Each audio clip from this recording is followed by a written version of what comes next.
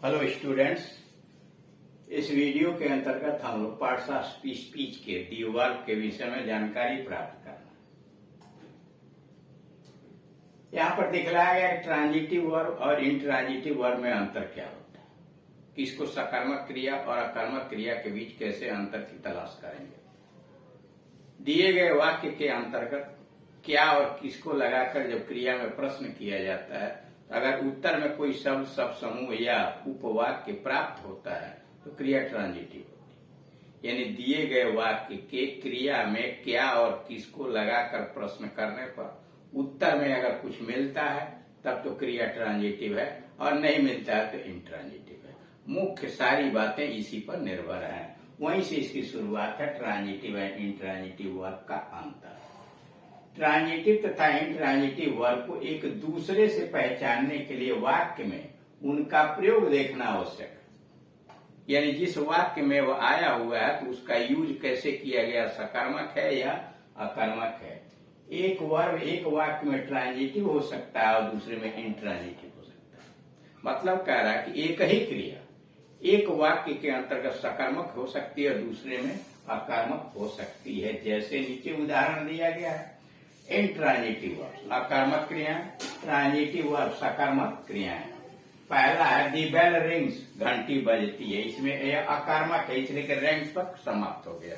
घंटी बजती है, प्रश्न करके देख लीजिए घंटी क्या बजती है, घंटी किसको बजती है, कोई उत्तर नहीं मिलेगा। लेकिन वही आगे देखिए, दी प्यून रिंग्स दी बेल, चपरासी घंटी बजाता है। चपरासी क्या बजाता है, घंटी। यही क्रिया रिंग्स इसमें ट्रांजिटिव है, सकर्मक क्रिया है और उसका ऑब्जेक्ट है दी बेल। दूसरा दिया है दी डोर ओपन, दरवाजा खुलता है। यह दरवाजा खुलता है, इसमें प्रश्न कीजिए दरवाजा क्या खुलता है, कोई उत्तर आपको नहीं मिलेगा, क्रिया के आगे कुछ लिखा ही नहीं है।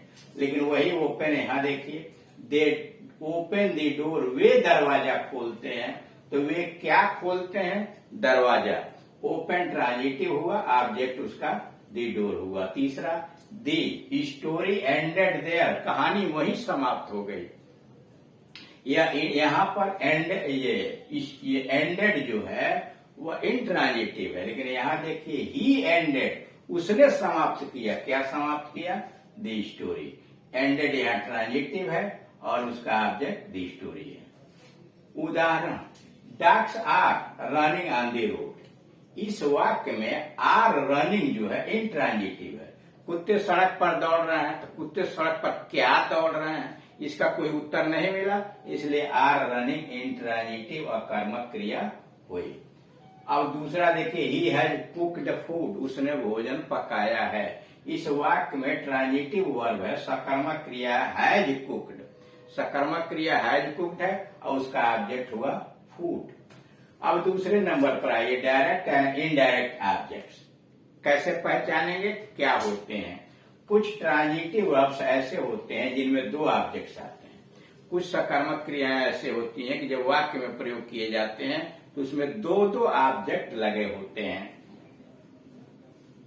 पहला, जैसे उदाहरण दिया गया, he gave me A pen, उसने मुझे एक कलम दिया। उसने मुझे क्या दिया, ए पेन, डायरेक्ट ऑब्जेक्ट हुआ। उसने कलम किसको दी, मुझको उत्तर में आया। यानी किसको और क्या दोनों से प्रश्न करने पर क्रिया में दो उत्तर मिल रहे हैं, इसलिए इसमें दो ऑब्जेक्ट हैं। मी है इनडायरेक्ट ऑब्जेक्ट और ए पेन है डायरेक्ट ऑब्जेक्ट। क्रिया में किसको लगाकर प्रश्न करेंगे, उत्तर में जो मिलेगा वह इनडायरेक्ट ऑब्जेक्ट होगा।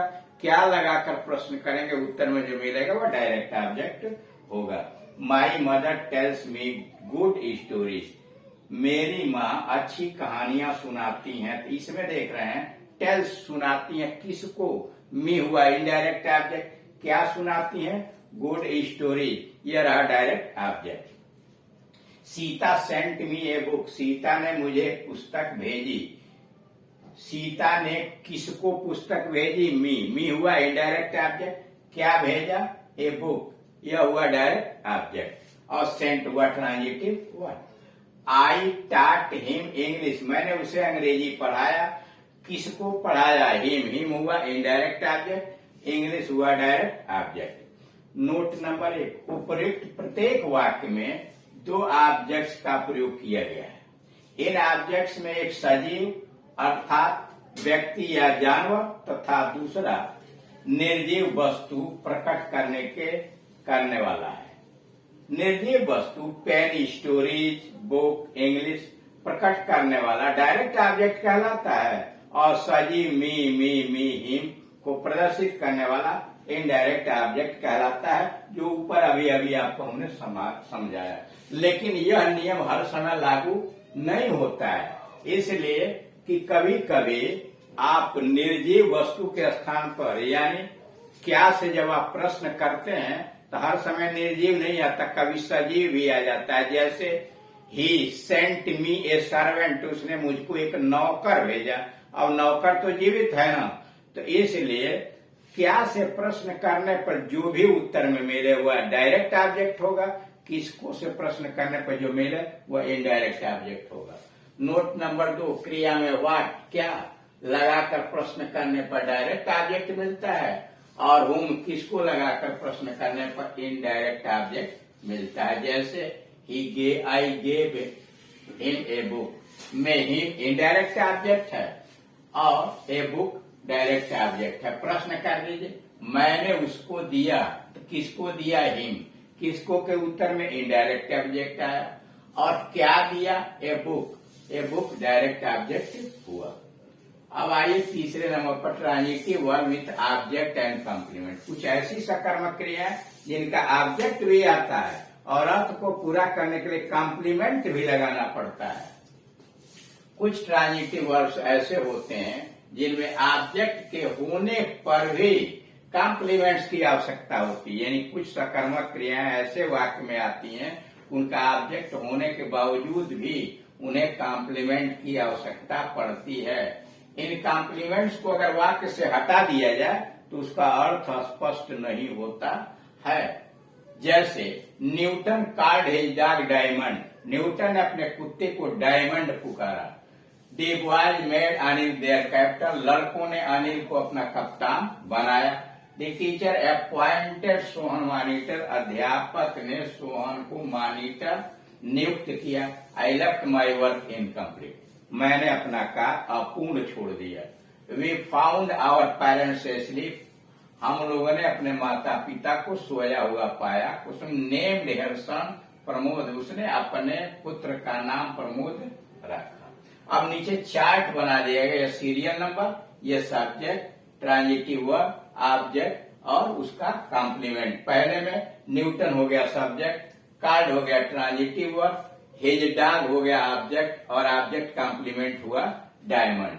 दूसरे में दी प्लेयर्स हुआ सब्जेक्ट, मेड हुआ ट्रांजिटिव वर्ब, अनिल हुआ ऑब्जेक्ट और देयर कैप्टन हुआ कॉम्प्लीमेंट। तीसरे में दी टीचर हुआ सब्जेक्ट, अपॉइंटेड हुआ ट्रांजिटिव वर्ब, सोहन हुआ ऑब्जेक्ट और मॉनिटर हुआ ऑब्जेक्ट कॉम्प्लीमेंट। चौथे में आई हुआ सब्जेक्ट, लेफ्ट हुआ ट्रांजिटिव वर्ब, माई वर्क हुआ ऑब्जेक्ट और कॉम्प्लीमेंट हुआ इनकम्प्लीट। नंबर 5 में वी है सब्जेक्ट, फाउंड है ट्रांजिटिव वर्ब, आवर पेरेंट्स है ऑब्जेक्ट, स्लीप है कॉम्प्लीमेंट। नंबर 6 इसमें सब्जेक्ट हुआ कुसुम, नेम्ड हुआ ट्रांजिटिव वर्ब और हर सन हुआ ऑब्जेक्ट और कॉम्प्लीमेंट हुआ प्रमोद।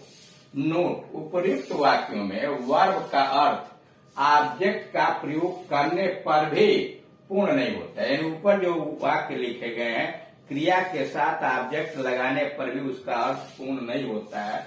उनको पूर्ण करने के लिए किसी न किसी कॉम्प्लीमेंट्स पूरक की आवश्यकता होती है। दी प्लेयर्स मेड अनिल का अर्थ अपूर्ण रहता है, अगर केवल वही समाप्त कर दिया जाए दी प्लेयर्स मेड अनिल, खिलाड़ियों ने अनिल को बनाया, इसका अर्थ पूरा स्पष्ट नहीं है जब तक कि वाक्य में देयर कैप्टन न लिखा जाए। इसी प्रकार कार्ड भी, अपॉइंटेड भी, लेफ्ट भी, फ्रेंड, ये फाउंड, नेम क्रियाओं का भी इसी प्रकार है कि जब तक उनके साथ यानी कार्ड है, मेड है, अपॉइंटेड है, लेफ्ट है, फाउंड है, नेम्ड है, यह भी अपना अर्थ पूरा ऑब्जेक्ट के साथ केवल नहीं करती जब तक उनका कॉम्प्लीमेंट न लगाया जाए। इन क्रियाओं को, इसीलिए इन क्रियाओं को फैक्टिटिव वर्ब्स भी कहते हैं। यानी इन क्रियाओं को फैक्टिटिव या FACTITIVE फैक्टिटिव वर्ब भी इनको कहा जाता है। इस तरह से आपने देखा कि ट्रांजिटिव और इंट्रांजिटिव वर्ब में क्या अंतर है, डायरेक्ट और इनडायरेक्ट ऑब्जेक्ट को कैसे आप पहचानेंगे, और साथ ही साथ ट्रांजिटिव वर्ब के साथ ऑब्जेक्ट और उसका कॉम्प्लीमेंट आकर वाक्य का निर्माण किस प्रकार से करता है।